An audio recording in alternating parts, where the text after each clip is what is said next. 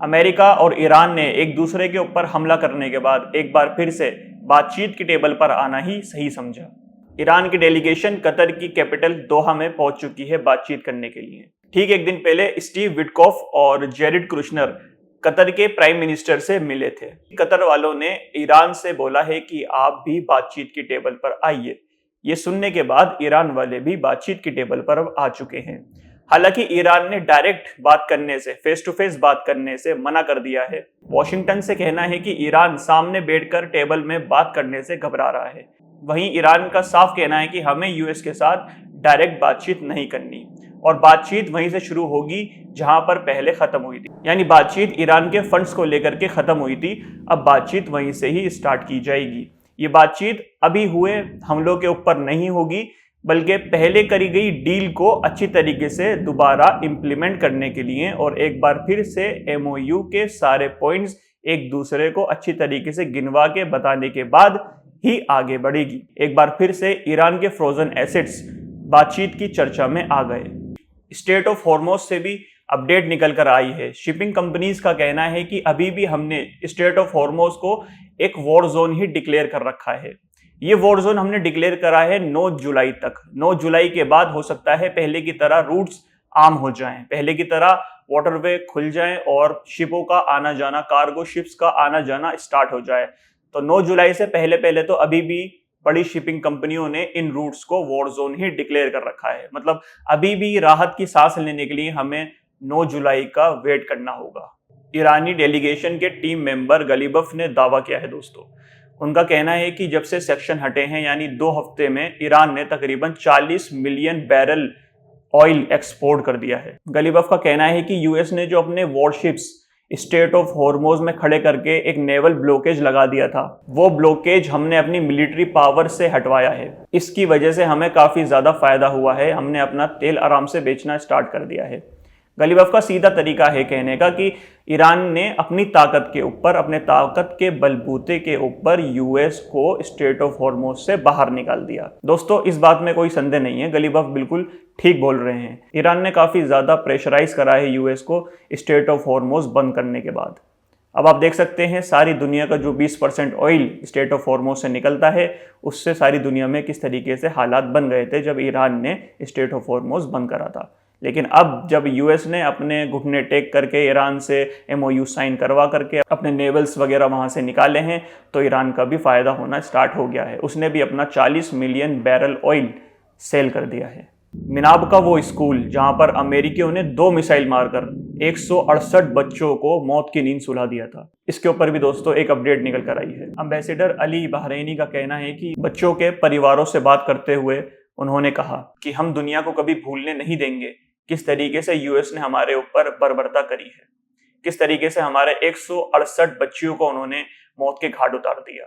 जवाब बिल्कुल साफ है दोस्तों, ईरान कभी भी इस तरीके की बर्बरता को बर्दाश्त नहीं कर सकता। आप ये चीज देख सकते हैं कि ईरान ने इजराइल के अंदर भी जहां पर हमले करे हैं वो सिर्फ और सिर्फ मिलिट्री अड्डे ही थे। ऐसे स्कूल्स, हॉस्पिटल, कॉलेजेस को कभी भी ईरान ने टारगेट नहीं करा। सिर्फ और सिर्फ यूएस के मिलिट्री बेसिस और इजराइल के मिलिट्री बेसिस को ही ईरान ने हमेशा टारगेट करा। लेकिन जिस तरीके से यूएस ने ईरान के ऊपर मिनाब के अंदर, स्कूल के अंदर 2 मिसाइलें बैक टू बैक डाली थी, तो उस वजह से जो बच्चों की वहां पर मौत हुई थी, इसका शोक आज भी ईरान भूला नहीं है और ना ही कभी भूलेगा और ना ही दुनिया को कभी भूलने देगा। दूसरी तरफ दोस्तों इजराइल से भी एक काफी ज्यादा बड़ी खबर आई है। बताया जा रहा है कि इजराइल के डिफेंस मिनिस्टर इजराइल कट्स का कहना है कि हम ईरान के ऊपर तीसरी बार भी हमला कर सकते हैं। ये बहुत बड़ी ब्रेकिंग न्यूज है दोस्तों, क्योंकि अभी ईरान के ऊपर 2 बार हमले हुए थे। एक 2025 में हुआ था मार्च के अंदर, और अब एक हुआ है 2026 में 28 फरवरी को, और अब तीसरे हमले की तैयारी कर रहा है इजराइल। ईरान भी वहां पर तैयार बैठा है कि कब इजराइल उल्टे सीधे कदम उठाए और वो इजराइल को नक्शे से मिटा दे। डिफेंस मिनिस्टर का कहना है कि इजराइल ने जो ऑक्यूपेशन कर रखा है लेबनान, सीरिया के अंदर, जो अभी उन्होंने हाल ही में इन्वेड करके जमीन हड़पी है, उससे वो लोग विड्रॉ नहीं करेंगे। इजराइल विड्रॉ करने से सख्त मना कर रहा है दोस्तों। लेबनान और इजराइल के डील में ये बात बहुत अच्छी तरीके से कही गई थी कि इजराइल सिक्योरिटी जोन्स जो उन्होंने बना रखे हैं लेबनान के अंदर, वहां से वो विड्रॉ करेगा, वहां से बाहर जाएगा अपनी मिलिट्री को लेकर। लेकिन इजराइल के ही डिफेंस मिनिस्टर का बयान आता है कि इजराइल ऐसा कुछ नहीं करने वाला। मतलब एक तरफ आप सामने वाले से पीस डील साइन करते हो, फिर अपने देश में वापस जा करके फौरन उसके खिलाफ बयान दे देते हो। ऐसे धोखे दोस्तों हमेशा से इजराइल ने दिए हैं, जिस भी देश ने उससे सुलह करने की बात करी है। बाकी लेबनान और इजराइल की जो डील हुई थी, मैंने आपको बताया था कि हिजबुल्लाह ने हथियार डालने से बिल्कुल सख्त मना कर दिया है। हो सकता है इसके नतीजे में इसने बोला हो, लेकिन इजराइल वालों को कभी हम भरोसा नहीं कर सकते। अगर हिजबुल्लाह ने हथियार डाल भी दिए तब भी इजराइल दोस्तों लेबनान को छोड़ के वापस नहीं जाएगा। ये आप इस बात को आप देख लीजिएगा आगे चल के। हम तो चाहते हैं कि हर जगह शांति हो, सब लोग शांति से रहें, लेकिन इजराइल ऐसा नहीं चाहता। वहीं बेंजामिन नेतन्याहू पर भी काफ़ी ज़्यादा इल्ज़ाम लग रहे हैं। उनके अपने देश के मिनिस्टर्स, अपोजिट पार्टी के मिनिस्टर जो होते हैं, उनके अपने ही देश के अपोजिट पार्टी के मिनिस्टर ने बोला है कि ये जो ईरान के ऊपर ये बताते आ रहे हैं कि ईरान ने न्यूक्लियर वेपन बना लिया है, ईरान बहुत करीब है न्यूक्लियर वेपन बनाने का, ये सिर्फ और सिर्फ एक झूठ था, पब्लिक को गुमराह करने के लिए और डराने के लिए नेतन्याहू ने ऐसा बयान दिया।